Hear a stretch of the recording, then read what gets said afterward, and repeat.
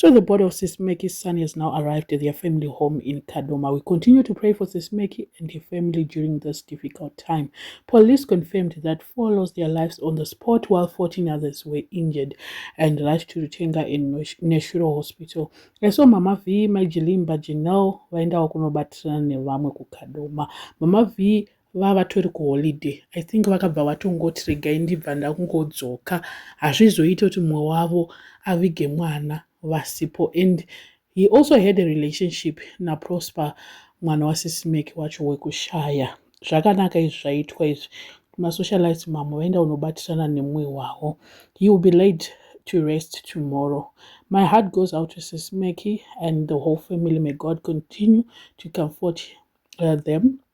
Hazvijairike izvi kuviga mwana wako, hazvina kupfava, zvinhu zvakaoma zvakadai.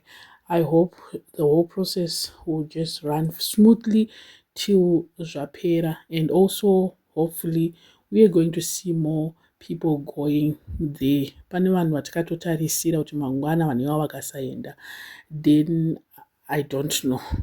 Pane mamwe mazita evanhu vatakatongomirira kuti mangwana vakasaenda vabva vatongogura ukama naSisimeki zvachose.